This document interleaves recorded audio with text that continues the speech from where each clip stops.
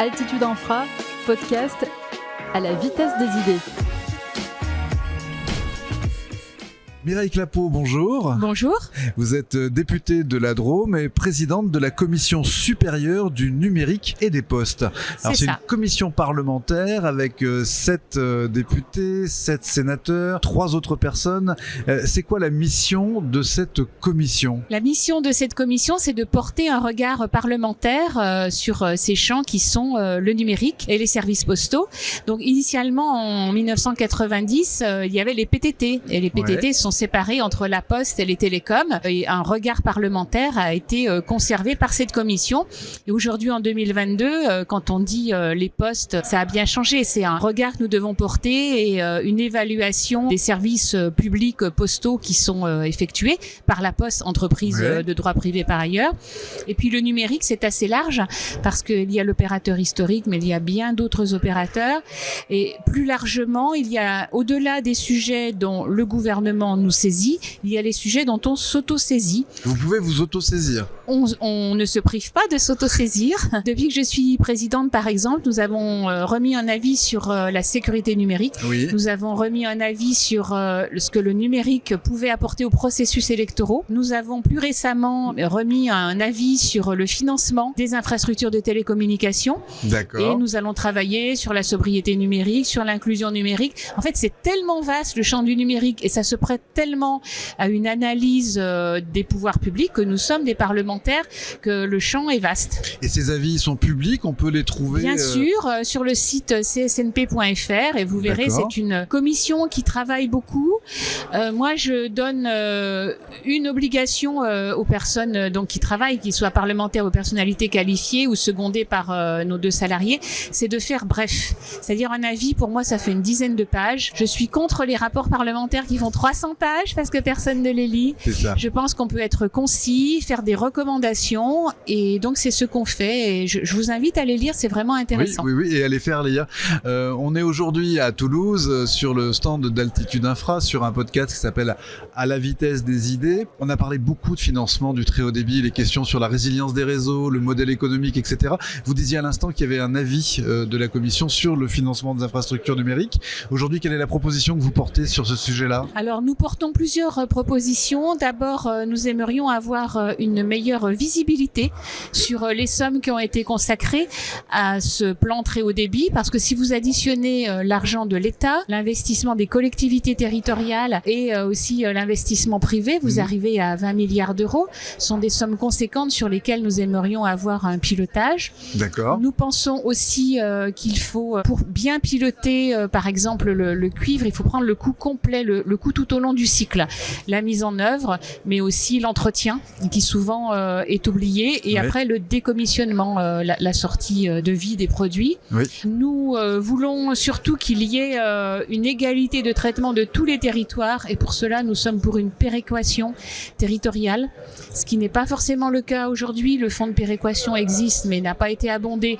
Donc nous appelons de nos voeux un nouveau fonds, un nouveau système de péréquation. Nous demandons également de revoir la fiscalité. Nous estimons que la fiscalité aujourd'hui n'est pas adaptée. Nous ne prenons pas position parce que le sujet est délicat. Par exemple, sur l'IFER, nous constatons qu'il y a des accords entre les opérateurs de télécom, les collectivités. Oui. Donc, il faut sans doute revoir le système et plutôt que de mettre la poussière sous le tapis, nous appelons à revoir ça. Nous appelons aussi à regarder de très près ce qui se passe au niveau des pylônes parce qu'il y a des sociétés qui acquièrent le foncier et qui ensuite veulent le relouer et tout ça n'est pas très clair. Les collectivités parfois nous disent mais moi je n'ai pas donné mandat à cet opérateur foncier d'acquérir cette parcelle et donc nous estimons que nous devons aussi regarder ça de près. Et on trouvera de modèles économiques viables que si on a une réglementation stabilisée et qu'on y voit clair sur ce que chacun fait à la fois de l'argent public et puis de l'investissement privé. C'est ça, c'est devenu un enjeu vraiment très important. On sait que les plans de l'État, ils ont marché, mais on sait que le modèle économique, y compris des opérateurs, change. Je prends un autre exemple aussi, on a des problèmes de qualité aujourd'hui dans la filière. Ça veut dire que les curseurs sont sans doute pas mis au bon niveau pour ce qui est de rémunérer le travail à son juste prix pour avoir la qualité. Donc sur tous ces points-là, nous on appelle à ce qu'il y ait une mise à plat. on verra si on est entendu. On imagine que vous êtes en dialogue quasi permanent avec l'ARCEP sur ces sujets. Oui, on dialogue, mais avec l'ensemble de l'écosystème. Oui. On dialogue avec évidemment les ministres concernés, l'ARCEP bien sûr nous sollicite et on les sollicite, et puis tout l'écosystème. On auditionne régulièrement la filière, les filières. Donc merci pour cet éclaircissement sur les missions et le travail de la Commission supérieure du numérique et des postes.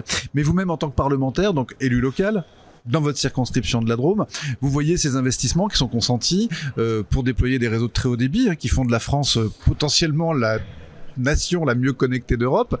Mais qu'est-ce que vous voudriez que les territoires en fassent, vous, sur votre territoire, par rapport aux réalités de terrain dans votre circonscription? D'abord, il ne faut pas prendre en compte que l'infrastructure très haut débit. Il faut aussi regarder les différentes couches technologiques, c'est-à-dire les données, le stockage des données, les systèmes d'information, les autres infrastructures avec les capteurs. Il faut regarder tout ça. Et puis, il faut vraiment se poser la question de qu'est-ce que ça peut apporter aux concitoyens, aux Françaises et aux Français. Le mot d'ordre que je donnerais, c'est il faut leur simplifier la vie. Il faut partir de leurs besoins.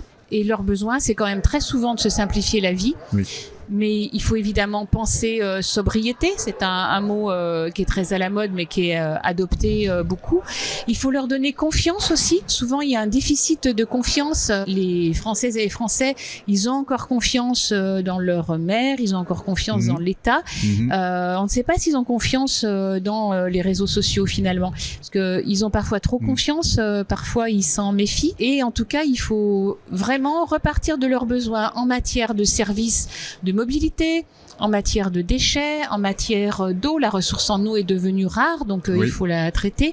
En matière d'aménagement de l'espace, en matière de tout ce qui peut les aider, par exemple la télémédecine. On sait qu'il y a des déserts médicaux. Il faut que le très haut débit et les autres infrastructures dont j'ai parlé ne soient pas dans le vide, mais soient vraiment là pour dire à des gens qui sont loin d'un médecin et qui ont 6 mois pour un rendez-vous chez un médecin, on vous propose un service numérique de téléconsultation. Des services numériques au bout de ces réseaux, absolument, c'est leur vocation. Alors, ces réseaux, effectivement, aujourd'hui, les services numériques, vous parliez de réseaux sociaux, les services qui transitent sont souvent des services de grandes compagnies qu'on appelle les GAFAM au sens large, qui, elles, ne sont pas propriétaires de l'infrastructure, mais qui l'exploitent largement sans payer la moindre redevance. Comment on pourrait légiférer pour rétablir un équilibre qui permettrait d'un côté de faire émerger des champions français et européens en face de ces GAFAM, et est-ce qu'il n'est pas trop tard? Alors vous l'avez dit, les GAFAM et puis d'autres OTT profitent largement d'infrastructures qu'ils n'ont pas financées, et ils ont un modèle économique qui leur permet d'engranger des profits importants, ne serait-ce que par les données qu'ils récupèrent et que les gens leur donnent spontanément, alors qu'ils n'ont pas contribué aux infrastructures. Moi, je pense, et nous pensons à la Commission supérieure du numérique et des postes, qu'il faut revoir ça. Alors c'est dans l'air du temps, ça n'est pas trop tard, je pense. Non. C'est dans l'air du temps. L'Union européenne commence à s'en préoccuper aussi. Donc nous soutiendrons les initiatives et en particulier celle de Thierry Breton qui permettrait de réviser la façon dont les coûts sont répartis aujourd'hui. Je pense que c'est compatible avec le sacro-saint principe de la neutralité du net. Nous sommes dans un monde qui a évolué et donc sans bien sûr rentrer dans une discrimination, nous devons pouvoir faire participer ces GAFAM et ces OTT. On arrive au terme, Mireille Clapeau, de cette interview. À la vitesse des idées, c'est aussi le principe de donner votre idée, votre gimmick à vous, le truc que vous souhaitez partager avec cette communauté du très haut débit qui est réunie autour de nous aujourd'hui à Toulouse. Qu'est-ce que vous avez envie de poser comme idée dans ce débat sur le déploiement des infrastructures numériques et les usages qui vont au bout? Alors merci de me donner l'occasion d'exprimer ces idées.